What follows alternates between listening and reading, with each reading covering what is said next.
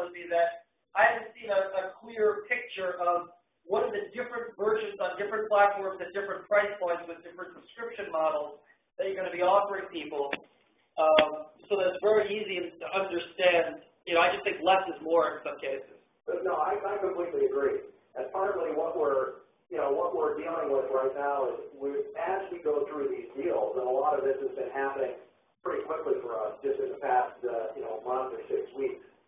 So as we've been going through these deals and negotiating with people like Nokia and RIM and the other people involved, the fact of the matter is that we do have different distribution channels. No, I hear that, but I think one of the benefits, for example, one of the reasons that iTunes was so successful was because Steve Jobs went, negotiated with all these labels who all had funky different licensing,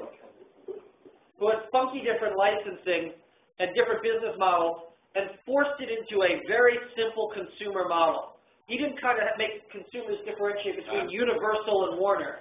And so my concern here is as you're negotiating with RIM, and as you're negotiating with Apple and with all these other carriers and things, that consumers are going to have to sort of I think you're going to lose a lot of the magic. I think if Warner sold CDs for $9.99 and Universal streams them but didn't let you buy them, and these guys let you rip them but wouldn't let you do that,